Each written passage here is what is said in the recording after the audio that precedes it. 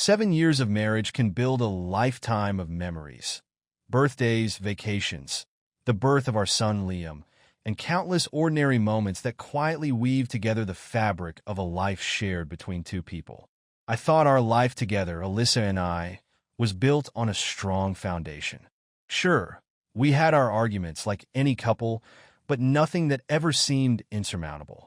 That's why I couldn't shake the shock that came over me when I saw the image on my phone that afternoon. The day had been like any other. I was caught up in the usual hustle at work, a long meeting dragging me past lunchtime and into the late afternoon. The hum of the office had kept me distracted until that moment, when I unlocked my phone, hoping to catch a break, and instead found my heart sinking. A message from one of our mutual friends, a guy who had always lingered around in our social group, friendly but not too close, had sent me a picture. No explanation, no words, just an image that, without context, changed everything. Alyssa, dressed up and surrounded by people, her face half hidden in shadows, but unmistakable. Her lips were pressed against another man's, locked in a kiss that shattered the life I thought we had. I sat at my desk, frozen. My mind tried to rationalize it, to grasp at straws. It had to be a misunderstanding. Maybe it was an old photo, a silly mistake blown out of proportion. But no matter how hard I tried to make excuses for her, my gut was already churning with the awful truth. There was no mistaking that kiss. The passion in that moment between them was clear, even through the haze of dim club lighting and crowded bodies. She wasn't kissing me. She wasn't home with me and our son. She was with him. The image wouldn't leave my mind, even as I numbly tried to push through the last few hours of the workday. My brain felt like it had been thrown into chaos, but my body kept moving through the motions. Meetings, emails, reports, it was all background noise, drowned out by the deafening roar of betrayal pounding in my skull. By the time I made it home, I had worked myself into a silent storm. I wasn't the type to blow up, to scream, or throw things. I wasn't sure what kind of man I'd be when confronted with a betrayal like this. But what I did know was that I wasn't ready to fall apart. Not yet. I needed answers. I needed to know how long this had been going on and why. Most of all, I needed to know how she could have done this. To me, to Liam, to the life we'd built. When I walked through the door, the house was quiet, save for the clinking of a wine glass in the living room.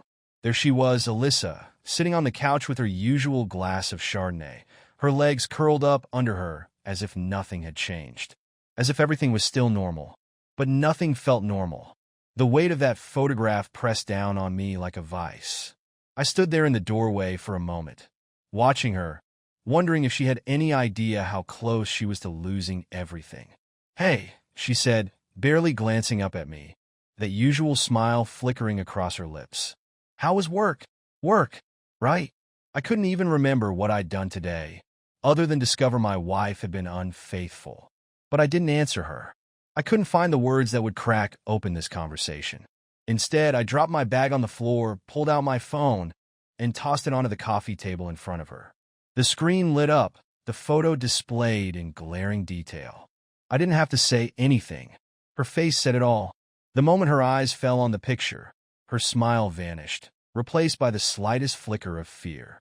I could almost see the gears turning in her head, scrambling for an explanation, a way to deflect, to minimize, to make it all go away. But there was no taking it back. The damage was already done. A heavy silence filled the room. I stood there, staring at her, waiting for her to say something, anything that would make sense. She blinked a few times, her fingers tightening around the stem of the glass, but she didn't speak. What could she say? What could possibly explain what I was seeing? The silence stretched on. I could hear my own heartbeat in my ears, the pulsing rhythm of rage and disbelief swirling together, threatening to boil over. Finally, she set the glass down, slowly, deliberately, as if that would steady her trembling hands. "It was just a mistake," she murmured, almost too quiet to hear. "A mistake." I felt the words hit me, but they didn't penetrate the wall of anger that was quickly rising within me. A mistake was leaving your keys in the car. A mistake was burning dinner. Kissing another man wasn't a mistake. It was a choice. My eyes bore into hers. waiting for the truth to follow. But she offered no further explanation. No apology. Nothing but that pathetic, meaningless excuse. I didn't shout. I didn't break anything. But inside, I was a hurricane. My thoughts churned in 1,000 directions at once. Memories of our life together flashing before me like a cruel montage. The nights we stayed up talking, the times we fought and made up, the birth of our son, Liam, the future we had mapped out together. All of it seemed to crumble in an instant. Was it all a lie? Had I been blind to this side of her all along?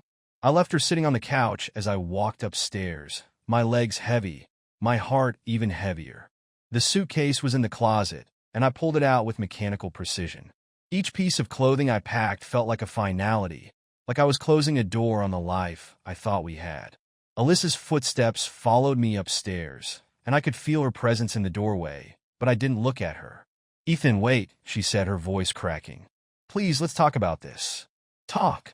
As if words could erase the image seared into my mind. As if she could explain away what she'd done with a simple conversation.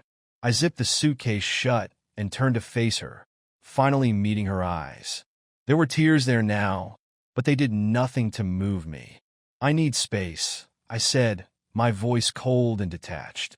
"I need to get out of here before I say something I'll regret." She took a step forward, her hands outstretched as if she could physically hold me back. "Ethan, don't go. Please." I didn't mean for any of this to happen.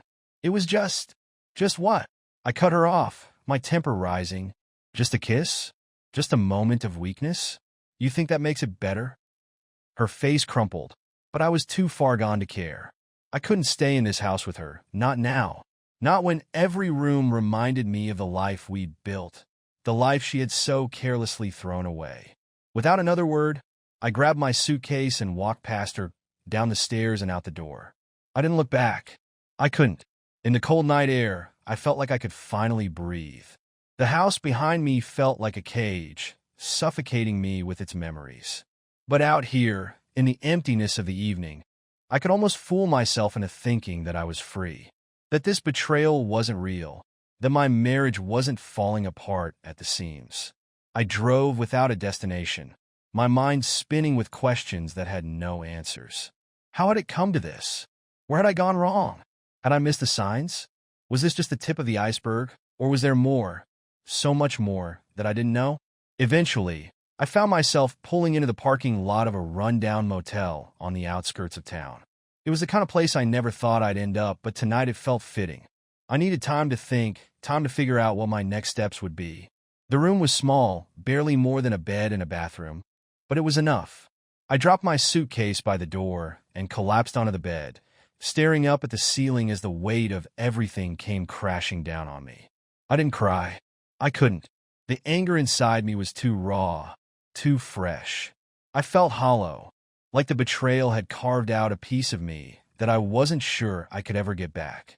I kept replaying the scene in my head. The photo, the kiss, Alyssa's empty explanations. And with every loop, the anger flared hotter. I stayed there, staring at the ceiling, for what felt like hours. I knew I should call someone, tell them what had happened, but I couldn't bring myself to say the words out loud. Saying it would make it real, and I wasn't ready for that yet. Eventually, sleep claimed me, though it was restless and filled with fragmented dreams that offered no relief. When I woke the next morning, the reality of it all hit me again like a punch to the gut. This wasn't something I could just walk away from. This was my life, my marriage, my family. And I had to figure out what the hell I was going to do next. Sitting in that grim motel room for the second day, I felt the walls close in around me, as if the space itself was shrinking. The dim light filtering through the dusty blinds did little to lift the heavy fog of isolation that clung to me.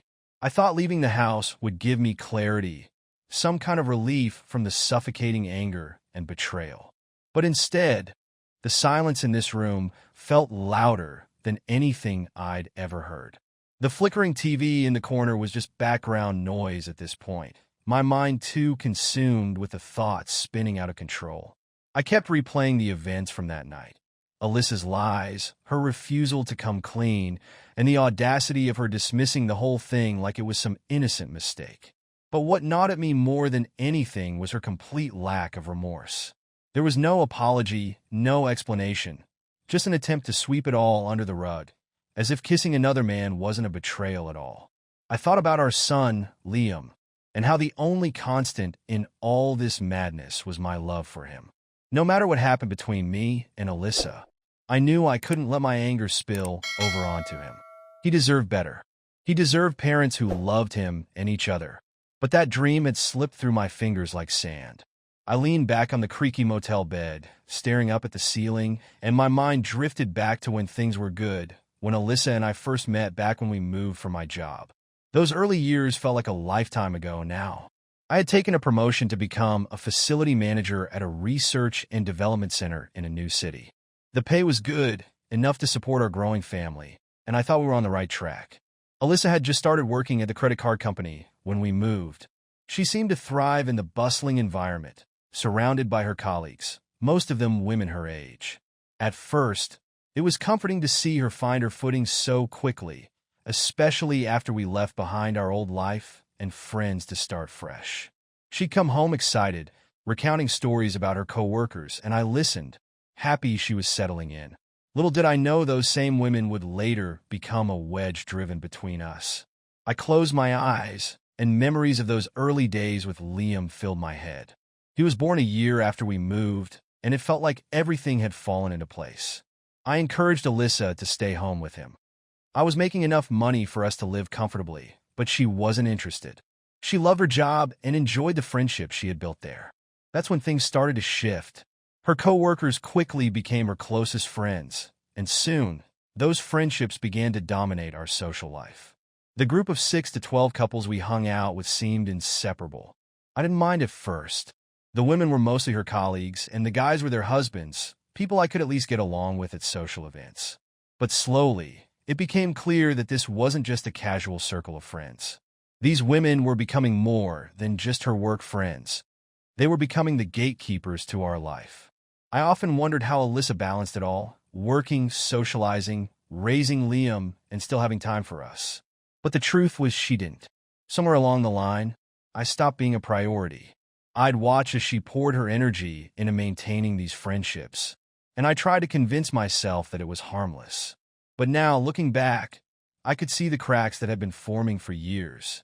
I grabbed my phone and scrolled through the barrage of texts I had been receiving since I left. Nearly all of them were from that group, Alyssa's so-called friends. They weren't just texting to check in. They wanted to meet. They wanted to resolve this. Each message was full of thinly veiled concern, but I could read between the lines. They were protecting Alyssa, trying to cover for her. I wasn't blind. She had clearly told them everything before she even bothered to talk to me. The only one who hadn't texted or called was Alyssa herself. I sighed, tossing the phone onto the bed, the weight of their involvement pressing down on me. I hated that my personal life had become public knowledge, that my marriage had become a topic of discussion among these people. How had it come to this? How had the woman I loved, the woman I married, turned into a stranger who shared our most intimate problems with people I barely knew? I knew I had to meet with them, Alyssa's friends. If nothing else, I needed answers. Were they part of this? Did they know about her affair? Or worse, had they encouraged it? My mind raced with questions, each one more painful than the last. I couldn't help but wonder if they were all in on it, watching from the sidelines as my marriage crumbled. The next morning, after another sleepless night, I decided to respond. Sophie, Alyssa's best friend, had been the most persistent. She wanted to meet on Sunday evening at her house, a familiar place for our group gatherings. But I wasn't stupid. I wasn't going to let myself get cornered in her home with no way out. Instead, I offered to meet them at Angus Steakhouse, a public place where I could control the situation. I wasn't going to let them trap me into some kind of intervention. I needed to be the one in charge this time. They reluctantly agreed to my terms, but I could sense the tension in their responses. They weren't expecting me to fight back. As Sunday approached, I grew more anxious. I knew this meeting wouldn't be easy, but I also knew it was necessary. I had to confront them, to face whatever ugly truth they were hiding. If they were part of Alyssa's betrayal, I needed to know. And if they weren't, I still had questions that demanded answers. When Sunday finally arrived, I made my way to the restaurant. I parked my car in a spot where I couldn't be blocked in and walked through the doors, scanning the room for the group. They were already there, sitting at a large table in the back. The moment I saw them, I felt the air grow thick with tension. Alyssa wasn't there yet, but the others, Sophie, Daniel, and the rest, were waiting for me. I took a deep breath and made my way over, every step feeling heavier than the last. This was it, the moment of truth. And I wasn't sure if I was ready for what I was about to uncover. I walked into Angus Steakhouse feeling like I was heading into a war zone. My mind was racing, and the weight of what I was about to do pressed hard on my chest. This wasn't just a casual dinner. It was the beginning of an unraveling, a confrontation that had been a long time coming. I was about to face the people who had, in one way or another, played a role in the destruction of my marriage. Alyssa's friends, or should I say, her accomplices. When I spotted them at the back of the restaurant, seated in the private dining section, my stomach churned. Sophie was at the center of it all, as expected. Her expression was neutral, but I knew better than to believe that she wasn't knee-deep in this mess. To her right, Daniel Carter sat with that smug look I'd seen in the photos, the same man Alyssa had been with. The others, mostly silent background players in this whole ordeal, filled out the table. I approached slowly, my eyes sweeping the room, making sure I knew every exit, every angle. The last thing I needed was to feel cornered. As I neared the table, Sophie stood up to greet me.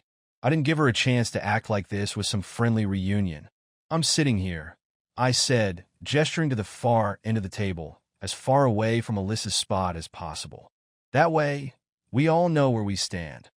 Sophie exchanged a quick glance with Daniel, and I could see the tension in the air. He didn't like the fact that I was taking control. Good. He could choke on his arrogance for all I cared. "Of course, Ethan," Sophie said quickly, her voice unervingly calm. "Whatever makes you comfortable." I sat down, my eyes never leaving Daniel's. He looked like he wanted to speak, but I wasn't interested in anything he had to say yet. My hand slipped into my jacket pocket, and I pulled out the folded photograph. My fingers clenched the paper so tightly that it crinkled as I unfolded it. I placed a photo on the table, right in front of Sophie. "Let's not waste time," I said, my voice cold. "You know why I'm here. I want answers, and I'm going to get them." The silence that followed was deafening. I could feel the weight of every set of eyes at the table, all trained on me, but none of them dared to speak. Sophie glanced at the photo, but her face remained unreadable. She slid it across the table to Daniel, who barely looked at it before pushing it aside. "You think this is funny?" I spat, the anger rising in my throat like bile. "Alyssa cheated on me, and you all knew about it. You watched it happen. Some of you probably even encouraged it."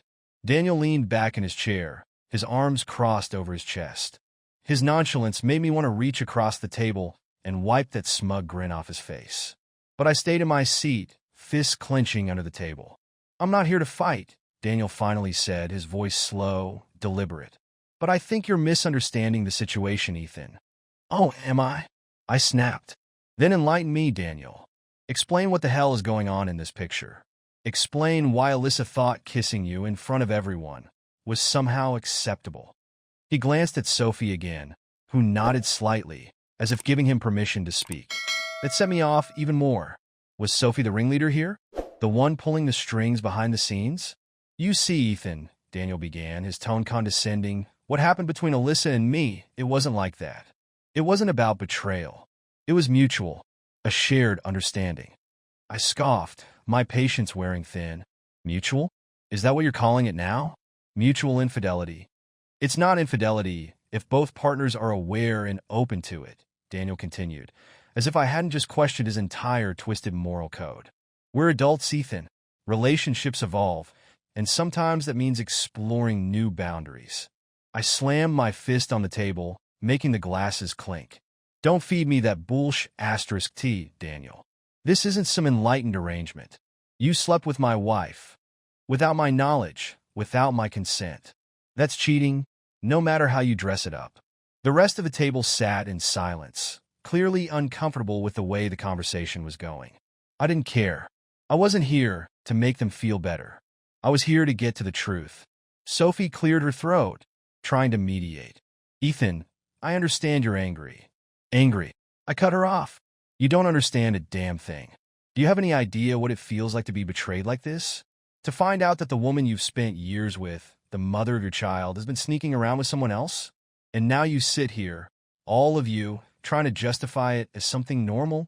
Sophie opened her mouth to respond, but I didn't let her. Don't you dare try to smooth this over. I continued, my voice shaking. Alyssa made her choice. And from where I'm sitting, all of you helped her make it. You're just as guilty as she is.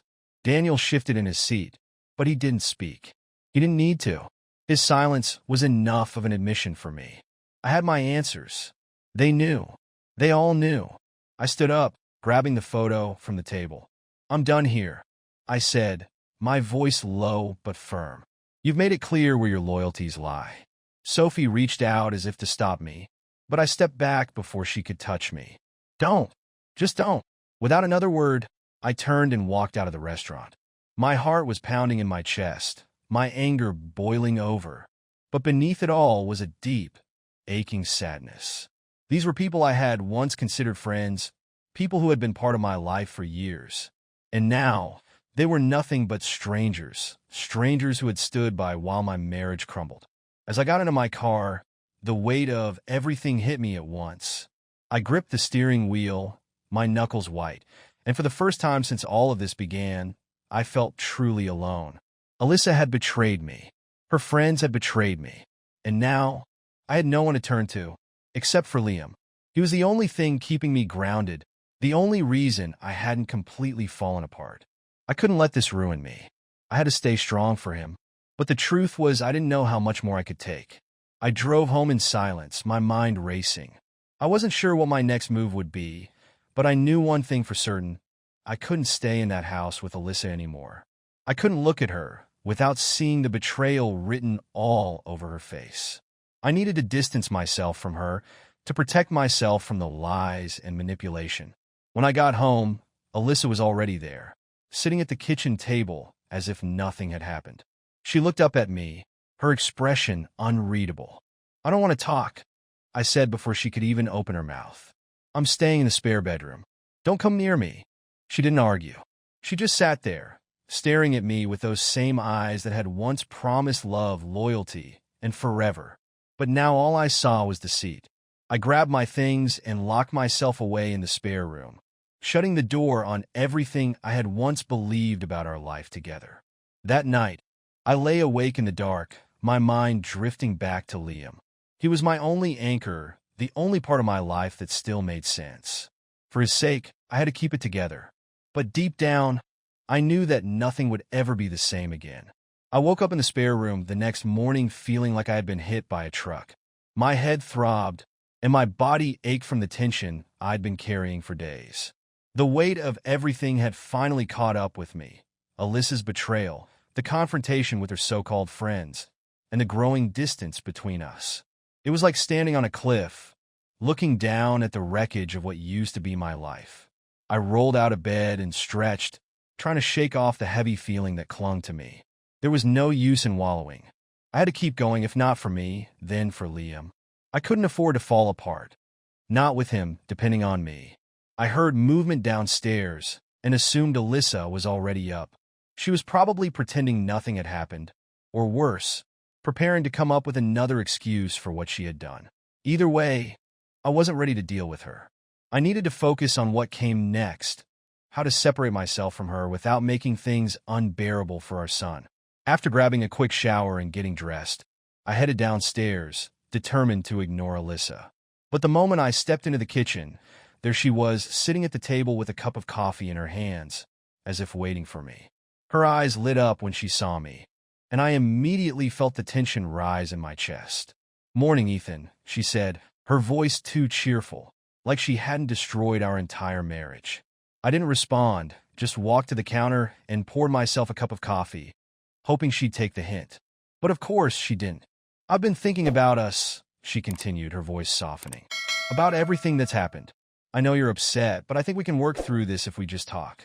I slammed my coffee cup down harder than I intended, the sound echoing through the kitchen. "Work through this?" I turned to face her, barely able to keep my anger in check. Are you serious, Alyssa? You cheated on me. With Daniel, of all people.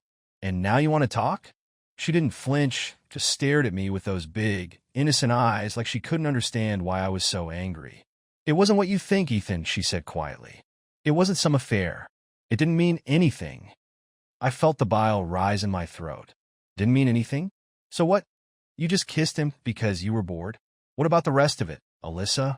You can't tell me it stopped at a kiss. She looked down, her fingers nervously tracing the edge of her coffee cup. It's complicated, she whispered. I didn't want to hurt you. I didn't even mean for it to happen. It just did. My mind was screaming at me to leave, to get as far away from her as possible, but something kept me rooted in place. Maybe it was the desperate need for answers, or maybe it was the part of me that still couldn't believe this was happening. I had spent years building a life with Alyssa, and now, in the blink of an eye, it was falling apart. She sighed and stood up, walking slowly toward me. I could see she was trying to be gentle, trying to make me listen, but all I saw was someone who had betrayed everything we had once shared.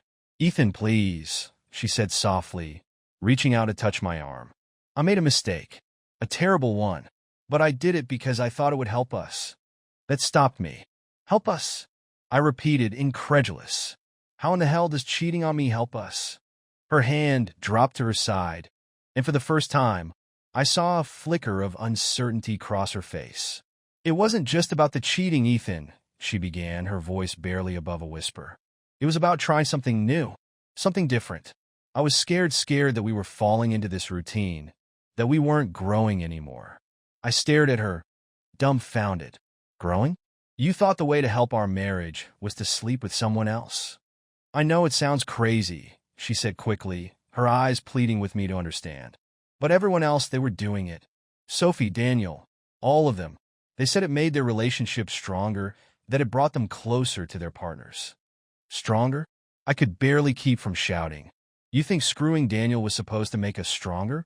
She stepped closer again, her voice taking on that soft, manipulative tone she always used when she was trying to get her way. It wasn't about him, Ethan. It was about us. I thought that if I learned more about myself, about what I wanted, I could bring that back to our relationship. We could be better together. I couldn't believe what I was hearing. This wasn't an apology. This wasn't even remorse. This was Alyssa trying to justify what she had done, twisting the truth to make it seem like it was for my benefit. For our benefit. I shook my head, trying to make sense of it all. So let me get this straight, I said, my voice shaking with disbelief. You slept with Daniel because you thought it would somehow fix us? That's your logic. She nodded slowly, as if she genuinely believed what she was saying. I wanted to make things better between us, Ethan. I was afraid that we were stuck, that we weren't moving forward. And Sophie told me that this could be a way to break through that, to find a new level of closeness. I felt sick. Sophie, of course, she had a hand in this. She was always pushing Alyssa, always whispering in her ear, telling her how to live her life. And now it had come to this. Alyssa betraying our marriage under the guise of self-discovery. You're unbelievable, I muttered, pushing past her. You really think I'm going to fall for this? That I'm going to just forget everything and move forward with you? She reached for me again, desperation in her eyes. Ethan, please. I love you. I know I messed up, but we can work through this. We have Liam to think about. We can't just throw everything away. I stopped at the mention of our son. Liam, my sweet, innocent boy, caught in the middle of all this. He was the only reason I hadn't packed my bags and walked out that door. I couldn't abandon him. He didn't deserve this. But I couldn't stay with Alyssa either. Not after what she'd done.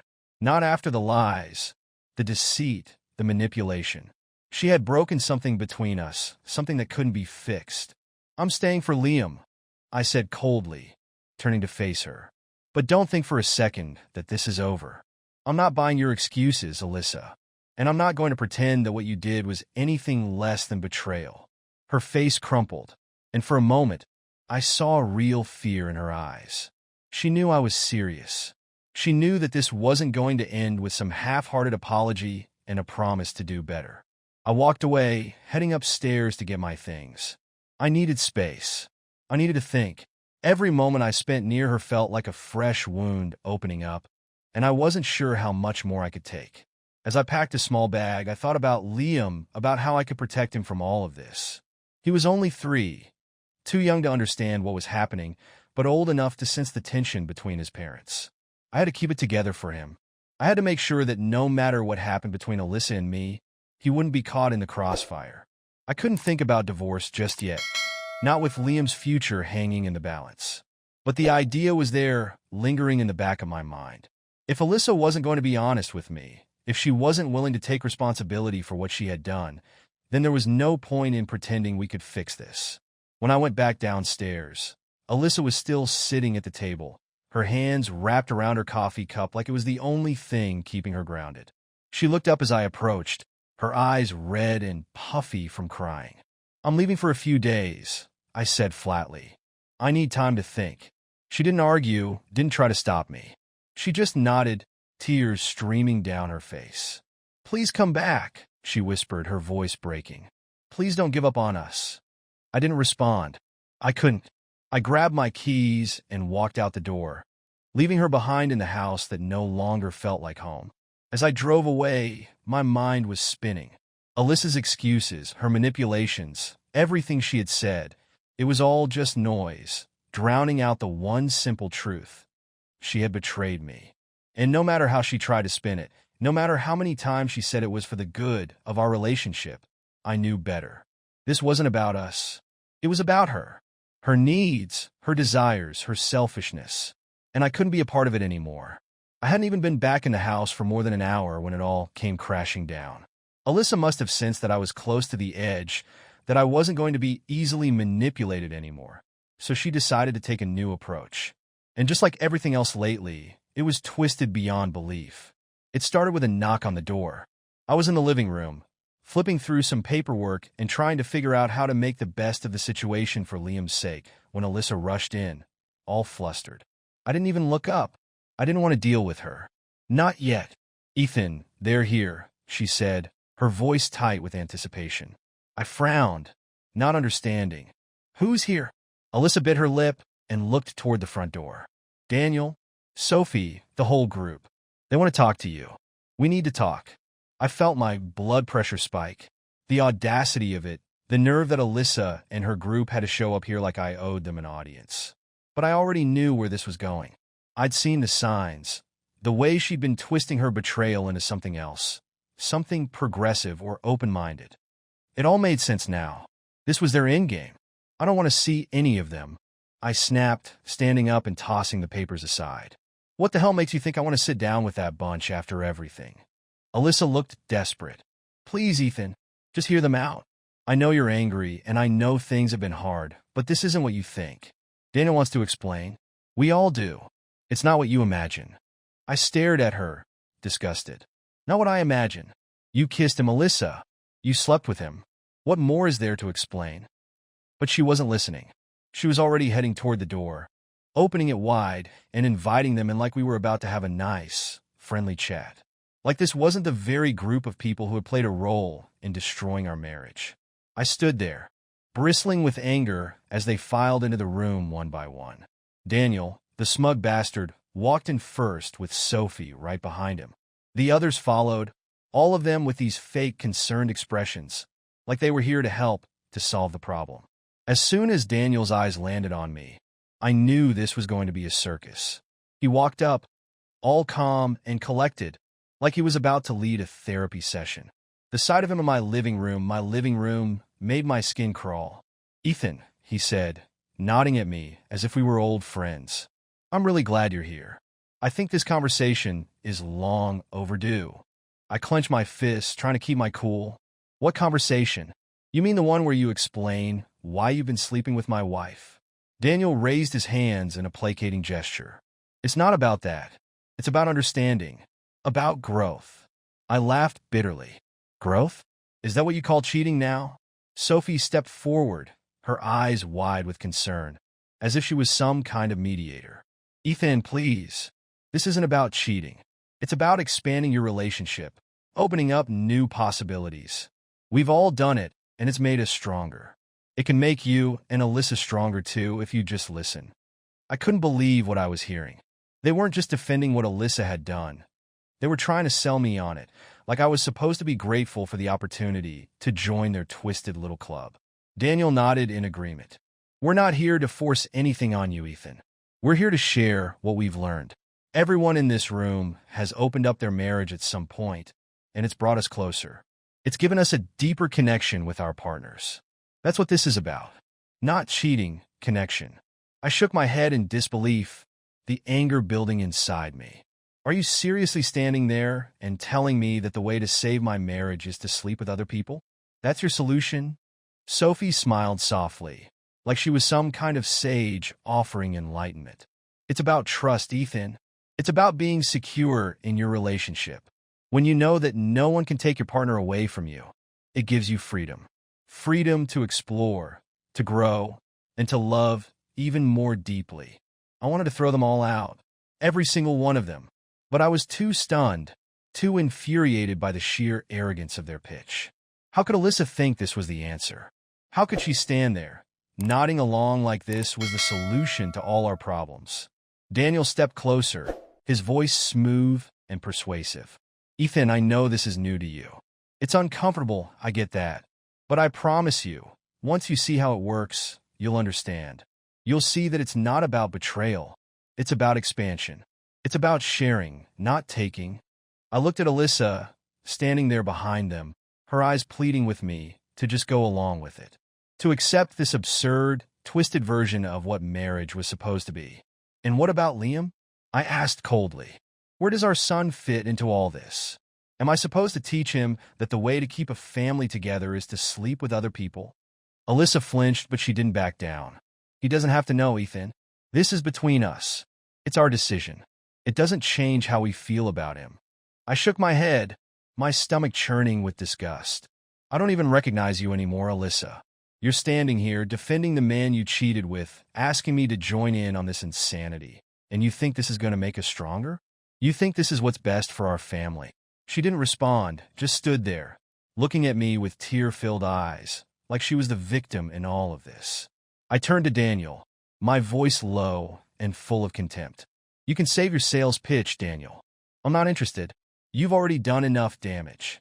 Daniel's expression shifted, his calm demeanor slipping just a little. Ethan, you're making this harder than it needs to be. No one's trying to hurt you. We're offering you something better, something bigger than what you've known. I stepped closer to him, my fists clenched at my sides. The only thing you've offered me is betrayal, and I'm done listening to you justify it. He held my gaze for a moment, then sighed, stepping back. I can see you're not ready, but I hope, in time, you'll understand. I glanced at Alyssa one last time, my heart heavy with the weight of what I was about to do. I've heard enough. We're done here. Without another word, I walked past them, grabbing my keys and heading out the door. I didn't care where I went. I just needed to get out of that house, away from them, away from Alyssa. As I drove aimlessly through the streets, my mind raced. The betrayal was bad enough. But this was something else entirely. They hadn't just cheated. They had built an entire framework around it, justifying their actions as some kind of higher understanding of marriage, as if they were above the rest of US who believed in loyalty and commitment. It made me sick. I parked my car in an empty lot and leaned back in my seat, trying to calm the storm raging inside me. The idea of divorce had been hovering in the back of my mind for a while now, but after tonight, it was no longer just an idea. It was the only option. I couldn't live like this. I couldn't raise Liam in a house where betrayal was normalized, where infidelity was dressed up as growth. I had to protect him from that, even if it meant tearing apart the life we had built. When I got back home later that night, Alyssa was waiting for me. She must have sensed the shift, the finality in my decision.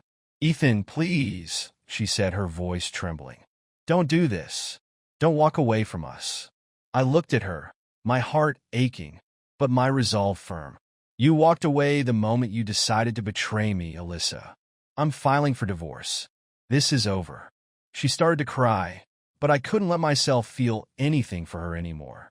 I had to be strong. For Liam. I won't sign them, she whispered through her tears. I won't give up on us. I sighed, feeling the weight of it all. You already did. And with that, I walked upstairs to Liam's room, leaving Alyssa behind in the wreckage of our marriage. I knew it was coming. After that last conversation with Alyssa, when she looked at me with those tear-filled eyes and whispered that she wouldn't give up on us, I knew it wouldn't be over easily. But I didn't expect her to sink so low. It started with a knock at the door on a Wednesday morning, just before I was about to leave for work. I opened it to find a man standing there, clipboard in hand, and a serious expression on his face. "Ethan Matthews?" he asked. I nodded, feeling an uneasy weight settling in my chest. "You've been served," he said, handing me a thick envelope. "Restraining order and summons to court." The words hit me like a sledgehammer. I tore open the envelope and scanned the papers, my heart racing. A restraining order? Full custody of Liam? And then I saw it, the part that made my stomach drop. Allegations of abuse. I couldn't believe what I was reading. Alyssa was claiming that I had been abusive, that I was a danger to her and Liam, and that she was seeking full custody with only supervised visitation for me. I felt the ground shift beneath my feet. I slammed the door shut, my hands shaking as I sat down at the kitchen table. The betrayal I had felt from Alyssa's affair was nothing compared to this. Now she was trying to paint me as some kind of monster, all to keep Liam away from me. My son, my everything. The accusations were all lies. Every single one of them. I had never raised a hand to Alyssa, never even come close. But now, thanks to these false claims, I was facing the very real possibility of losing Liam. And that thought terrified me more than anything else. I knew I needed help, legal help. There was no way I could fight this on my own. I grabbed my phone and called the only person I could think of, Dan, a colleague who had been through a nasty divorce a few years back. If anyone knew a good lawyer, it would be him. "Hey, Ethan," Dan said when he answered. "What's up?" I took a deep breath, trying to steady my voice. "Dan, I need a lawyer. A good one. Alyssa just hit me with a restraining order and false accusations. She's trying to take Liam away from me." Dan was silent for a moment, then let out a low whistle. "Damn, man. I am sorry. Yeah, I know someone. B. Thornton. She's the best in the business. She handled my divorce, and she doesn't mess around. I'll send you her contact info." "Thanks, Dan," I said, relieved. "I appreciate it." Within minutes, I had BEA's number, and I dialed it without hesitation. The phone rang twice before a sharp, no-nonsense voice answered. "B. Thornton." "Miss Thornton, my name is Ethan Matthews." I began, trying to keep the panic out of my voice. "I need your help. My wife, soon-to-be ex-wife, just served me with a restraining order and false accusations of abuse. She's trying to take full custody of my son." There was a brief pause, and then BEA's voice softened just a fraction. "All right, Ethan, let's start from the top. Tell me everything." I explained the situation, how Alyssa had cheated, how she and her friends had tried to rope me into their open relationship nonsense, and how I had decided to file for divorce. I told her about the restraining order, the lies about abuse, and the fear of losing Liam. B listened patiently, not interrupting until I finished. "First things first," she said, "we need to get you into court and challenge this restraining order. The allegations of abuse are serious, and if we don't address them quickly, it could hurt your chances of getting any kind of custody or visitation rights." I nodded, even though she couldn't see me. "What do I need to do?"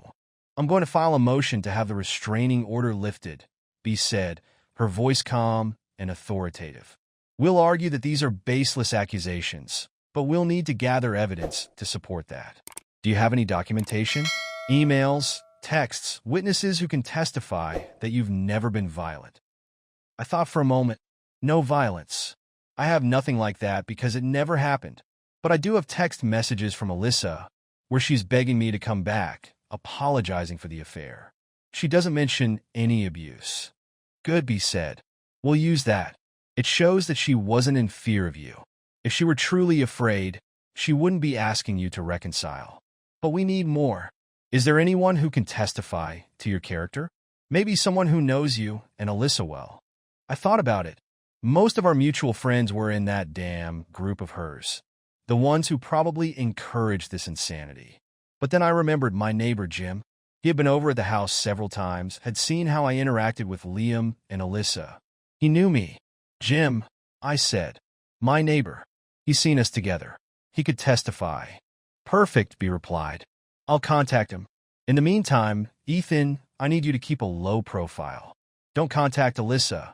Don't do anything that could be construed as a violation of the restraining order. I'll handle this. I hung up, feeling a small sense of relief that I had someone on my side, someone who knew what they were doing. But the reality of the situation still weighed heavily on me. Alyssa wasn't just trying to ruin our marriage. She was trying to take Liam from me, and that was something I couldn't allow. The next few days were a blur of meetings with B, collecting evidence, and trying to stay focused on work while the weight of the legal battle loomed over me. Every moment I wasn't with Liam felt like torture. I missed him so much, missed the sound of his laugh, the way he'd call me dad and that small voice of his. I tried to put on a brave face when I was with him, but it was getting harder and harder to pretend everything was okay. Every time I looked at him, I was reminded of what I stood to lose. If Alyssa got her way, I might only see him on weekends, supervised, no less. The idea of someone watching me as I spent time with my own son made my skin crawl. B moved quickly, filing the necessary paperwork to challenge the restraining order and setting up a court date. She was sharp, efficient, and didn't sugarcoat anything.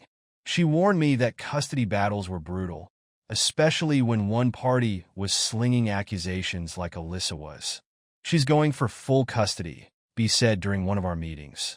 And the fact that she's brought abuse into the mix complicates things. Judges don't take these allegations lightly, especially when a child is involved. But we have a good chance of getting the restraining order lifted if we can prove that her claims are baseless. I nodded, feeling the weight of her words. I knew this wasn't going to be easy, but I had to fight. For Liam. The day of the court hearing came faster than I expected. I dressed in my best suit, trying to calm the nerves that were buzzing just beneath the surface. B met me outside the courthouse, her expression serious but confident. Are you ready? She asked. As ready as I'll ever be. I muttered, my stomach churning. We walked into the courtroom together, and my eyes immediately landed on Alyssa. She was sitting at the front with her lawyer, looking poised and polished, her face carefully neutral. But I could see through it. She was playing a part, trying to look like the innocent victim in all of this. I clenched my jaw, forcing myself to stay calm. This was all a game to her, a way to win control. But for me, this was life or death, at least when it came to my relationship with Liam. The judge called the hearing to order, and Alyssa's lawyer wasted no time launching into a speech about how I was a danger to her and Liam, how she had lived in fear for months, and how she had finally found the courage to come forward. It was all lies, every single word, but it was delivered with the kind of practiced precision that made it sound believable. Alyssa sat there, her hands clasped in her lap, looking down as if she couldn't bear to hear the horrors she had supposedly endured. B was up next, and she was relentless. She presented the text messages, pointed out how Alyssa had been the one begging for reconciliation, how there was no mention of abuse, no police reports, no evidence at all to back up her claims. She called Jim to the stand, and he testified that he had never seen any signs of violence in our home, that I was a loving father and husband. The judge listened carefully, his expression hard to read. When it was over, he took a moment to review the evidence before delivering his decision. I find the evidence provided by the defendant compelling, the judge said, his voice steady. There is insufficient proof to support the claims of abuse. Therefore, I am lifting the restraining order. Mr. Matthews, you will have unsupervised visitation with your son, pending the outcome of the custody hearing. I felt a wave of relief wash over me. It wasn't over, but it was a victory. I could see Liam without someone watching my every move. I could still be his father. Alyssa's lawyer looked furious, but she remained composed, her face a mask of calm. She knew this was just the beginning. The custody battle was next, and that was where the real fight would be. As we left the courtroom, B turned to me with a small smile. We won this round, Ethan, but don't let your guard down. She's going to come at you harder next time.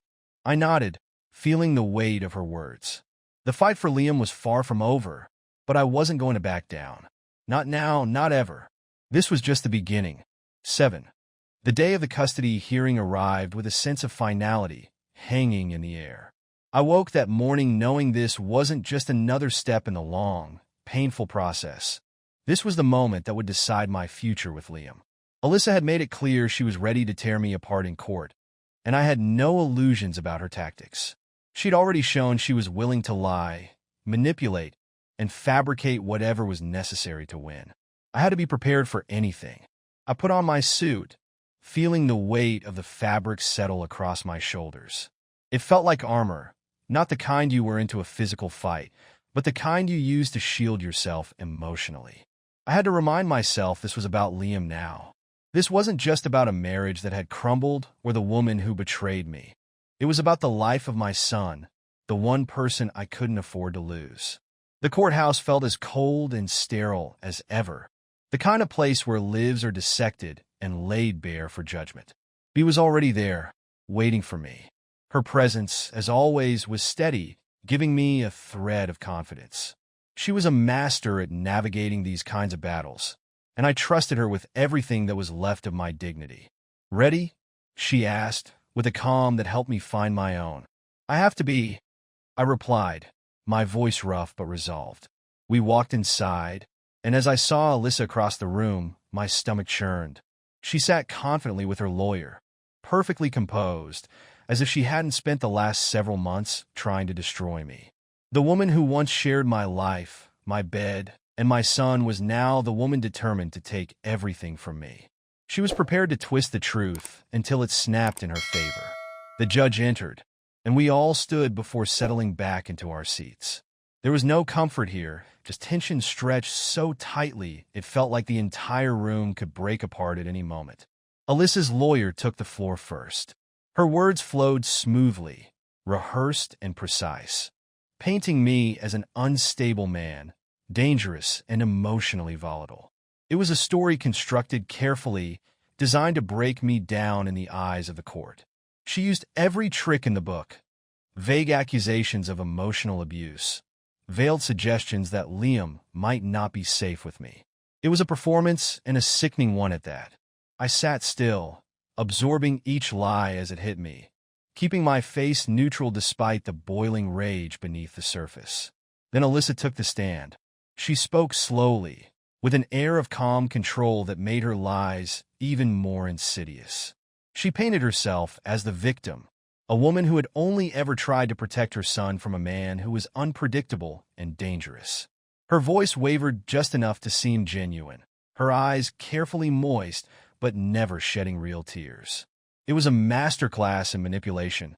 As I listened, every part of me wanted to stand up and shout the truth. I wanted to call her out for the lies, to demand she tell the court about the affair, about the betrayal, about the way she'd been slowly erasing me from Liam's life long before any of this happened. But I had to stay calm. That was the only way I had a chance. Bea had told me over and over, patience was key. Let her words unravel themselves. And unravel they did. When Bea stood up, the shift in the room was palpable. She was precise, sharp as a scalpel, and her questions sliced through Alyssa's carefully constructed narrative. Without needing to raise her voice or show emotion, Bea laid out the facts, texts between Alyssa and me where she'd begged me to come home, pleading for reconciliation even after her affair had been exposed. There were no accusations of abuse, no mention of fear for her safety. Alyssa faltered, her answers becoming shorter, more uncertain. It was clear she hadn't anticipated this turn. She tried to explain her way out, claiming confusion, saying she hadn't known what to do, but Bea never gave her the room to twist the story. The evidence spoke for itself, and by the end of Bea's cross-examination, Alyssa's facade had cracked. The judge reviewed everything in silence. I held my breath, unsure of which way the wind would blow. His face was unreadable, a stone mask of deliberation. And then, after what felt like a lifetime, he spoke. "Based on the evidence provided, I find insufficient grounds to support the allegations of abuse. Joint custody is granted to both parties, with unsupervised visitation rights for Mr. Matthews." The relief that flooded me was almost overwhelming. I had won this round. Liam would remain a part of my life. I looked over at Alyssa. For the first time in this entire ordeal, I saw something in her eyes that wasn't confidence or manipulation. It was fear. She realized she was losing control of the situation, losing control of me, and that terrified her. As I left the courtroom, Bea by my side, I felt a glimmer of hope for the first time in months. But I knew this wasn't the end. Alyssa wasn't the kind of person to give up easily, especially not when she felt cornered. There would be more battles ahead, more lies, more manipulations. But I would be ready. That night, I sat in Liam's room, watching him sleep. His tiny body was curled up under the blankets, his breathing soft and steady. This was what I was fighting for, this moment of peace, of connection, of love that nothing and no one could take away. Not Alyssa, not her lies, not the courts. Liam was my son, and I would fight for him until my last breath. But as I sat there, staring into the darkness, I knew deep down that the storm wasn't over. This was only a temporary reprieve. Alyssa had shown me just how far she was willing to go, and I knew she wouldn't stop until she had broken me completely. I could feel it in the way she looked at me, the way her lawyer had gritted her teeth at the verdict. The real fight was just beginning. The thought lingered as I walked back to my room, closing the door quietly behind me. The road ahead was long, and it was filled with shadows I couldn't yet see. But I would face them, every one of them, for Liam, for myself, and maybe, just maybe, for the chance to rebuild a life that hadn't been completely shattered. As I lay down in bed, my mind couldn't help but wonder what Alyssa would do next. She had already taken so much from me, my trust, my peace, my belief in the life we had built. But one thing remained clear. I had survived this round. I still had my son, and that was worth every fight that was still to come. I closed my eyes, bracing myself for whatever the next battle would bring.